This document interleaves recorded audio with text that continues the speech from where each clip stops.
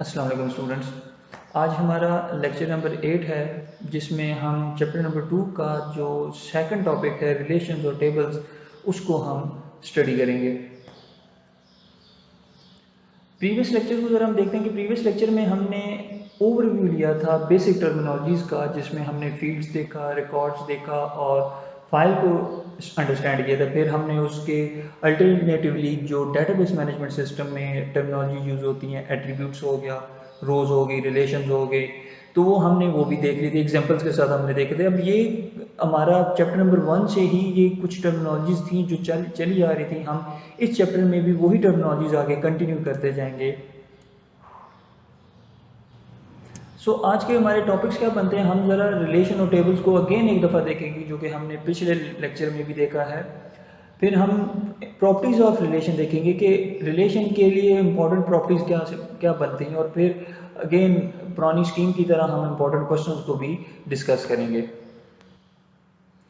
Relation की तरफ चलते हैं कि रिलेशन हम किसे कहते हैं। हमने प्रीवियस लेक्चर में देखा था कि रिलेशन हमने डिफाइन किया था टू डायमेंशनल एरे को, जो कि हम यूज़ करते हैं। हमने अगर किसी एंटिटी के रिलेटेड इंफॉर्मेशन स्टोर करनी हो तो हम उसको रिलेशन कहेंगे। अब एक रिलेशन या टेबल जिसको हम कह रहे हैं, उसमें अगेन रोज़ होंगी जिनको हम रिकॉर्ड कहेंगे, और उसमें एक या एक से ज़्यादा कॉलम्स हो सकते हैं जिनको हम एट्रीब्यूट्स कहेंगे। चूँकि अगर टेबल है तो उसमें रोज़ एंड कॉलम्स होंगे। रोज़ रिकॉर्ड को रिप्रेजेंट कर रहा होगा और कॉलम जो है वो एट्रीब्यूट्स को रिप्रेजेंट कर रहे होंगे। अब हर रिलेशन का एक यूनिक नेम होना चाहिए, डिफरेंट नेम होना चाहिए डेटाबेस में, कि अगर आप एक किसी चीज़ के रिलेटेड डेटाबेस बनाने जा रहे हो, फॉर एग्जांपल कॉलेज का डेटाबेस आपने बनाना है, तो उसमें आपके जितने भी रिलेशन होंगे वो सारे के सारे यूनिक नेम होने चाहिए। अब रिलेशन के लिए हम वर्ड टेबल भी बार बार यूज़ करते रहेंगे। अगर रिलेशन वर्ड यूज़ हो रहा है या टेबल यूज़ हो रहा है तो दोनों एक ही चीज़ को पॉइंट आउट कर रहे हैं।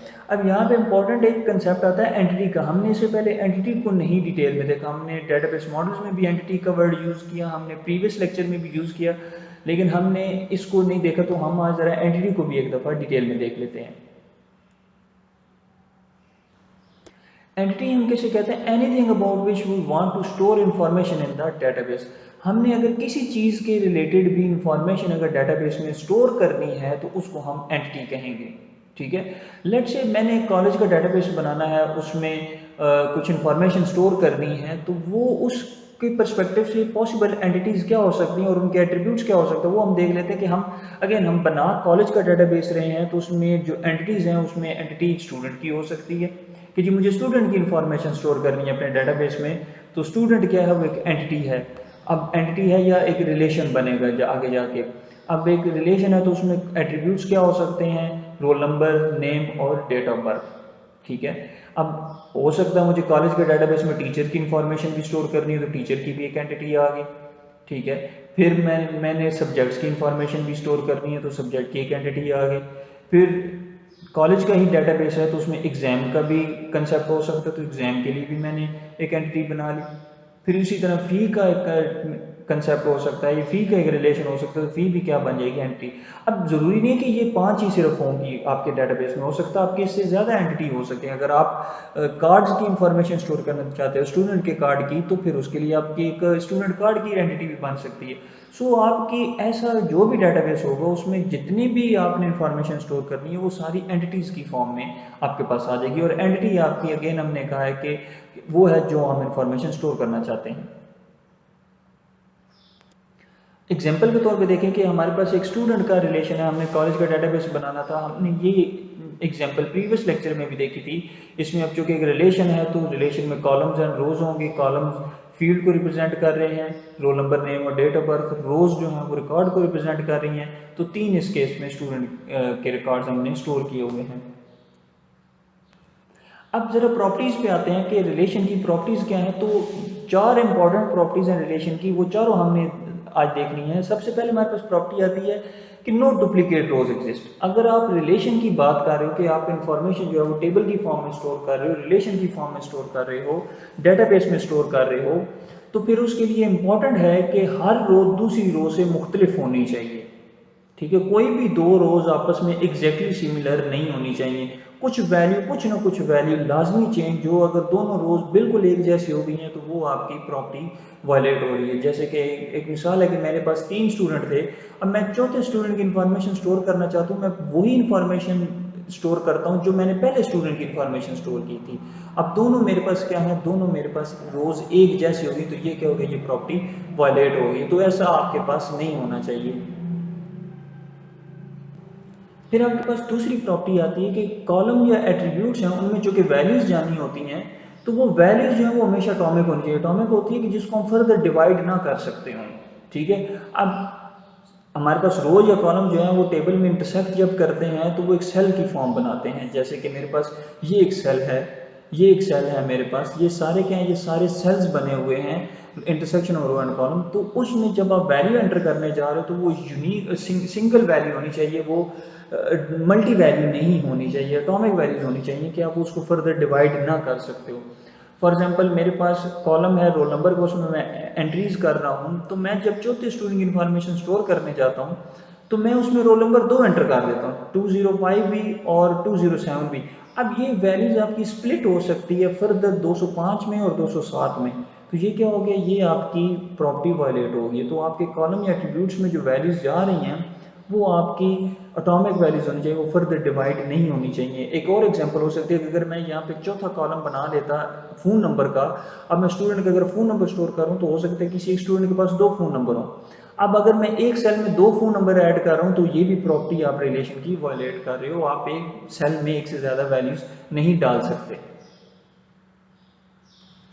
तीसरे नंबर पे हमारे पास प्रॉपर्टी आती है कि जो रो का ऑर्डर है वो इनसिग्निफिकेंट है। आप रोज को इंटरचेंज कर सकते हो, उसका जरूरी नहीं कि आपने रोल नंबर, नेम और डेट ऑफ बर्थ अगर आपने वैल्यूज स्टोर करनी है तो आपने सीक्वेंस में ही रोल नंबर के हिसाब से स्टोर करनी है इंफॉर्मेशन। हो सकता है कि आपने 201 जो था स्टूडेंट उसको आप एंड पे ले जाते हो, ठीक है, तो वो आपके पास क्या हो जाएगा, वो आपके पास रो इंटरचेंज हो गया, पूरी की पूरी रो हमने स्वैप कर दी है, पहले नंबर वाली रो हमने तीसरे नंबर पर ले गए हैं, तो ये दोनों में कोई फर्क नहीं है, रिलेशन आपका फिर भी प्रॉपर चल रहा है। इसमें आपने कुछ भी ऐसा चेंज नहीं किया, ये कुछ भी ऐसी वायलेशन नहीं की कि जिसकी वजह से आपका डेटाबेस खराब हो सकता हो, डैमेज हो सकता हो। तो आपको रिलेशन क्या अलाउ करता है, रिलेशन अलाउ ये करता है कि आप रोज को इंटरचेंज कर सकते हो। आपने सिर्फ एक सेल को नहीं इंटरचेंज करना, पूरी की पूरी रो को इंटरचेंज करना है, तो ये क्या कहलाता है आपका, ये रो ऑर्डर आपका इनसिग्निफिकेंट हो जाता है। फिर आपके पास लास्ट प्रॉपर्टी हमारे पास आती है कि जो कॉलम का ऑर्डर है वो भी इनसिग्निफिकेंट है, कि आप पूरे के पूरे कॉलम को भी इंटरचेंज कर सकते हो। ठीक है, आप सॉरी यहाँ पे कॉलम होना चाहिए, आप पूरे के पूरे कॉलम को इंटरचेंज कर सकते हो। इसमें यह है कि अगर आपका कॉलम जो है वो रोल नंबर वाला कॉलम पहले नंबर पे था, नेम वाला कॉलम दूसरे पे था, डेट ऑफ बर्थ का तीसरे पे था, और आप डेट ऑफ बर्थ के कॉलम को उठा के दूसरे पे ले आते हो तो तब भी आपने कोई वायलेशन नहीं की, आपका रिलेशन स्टिल होल्ड कर रहा है, उसमें स्टिल वही रोज एंड कॉलम है, बस आपने ऑर्डर उसका कॉलम का चेंज कर दिया। तो ये भी चूंकि कॉलम का ऑर्डर इनसिग्निफिकेंट है तो ये भी आपके पास अलाउ होता है।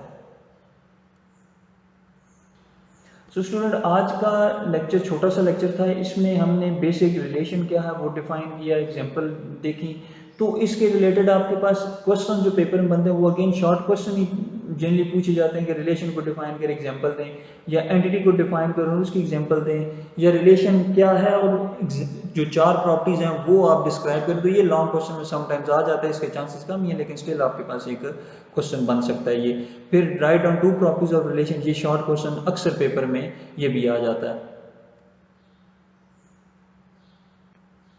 सो स्टूडेंट, आज का लेक्चर बस यही था, इसकी समरी हम ज़रा देख लेते हैं कि हमने आज रिलेशन और टेबल को केन प्रीवियस लेक्चर में भी ये चीज़ देखी थी, आज फिर हमने देख रही है कि रिलेशन हम कैसे कहते हैं, जो 2 डायमेंशनल एरे होगी जिसमें हम किसी एंटिटी के रिलेटेड इन्फॉर्मेशन स्टोर करना चाहते हैं, और वो इन्फॉर्मेशन हमारे पास एंटिटी जो है वो क्या हो सकती है, वो हर वो चीज़ जिसके रिलेटेड हम इन्फॉर्मेशन स्टोर करने जा रहे हैं एक डेटाबेस में।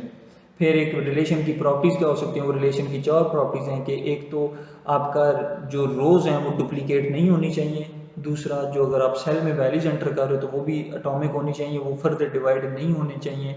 तीसरे नंबर पे हमने कहा कि रो का जो ऑर्डर है वो भी इनसिग्निफिकेंट है। चौथे नंबर पे हमने कहा कि कॉलम का ऑर्डर भी इनसिग्निफिकेंट है।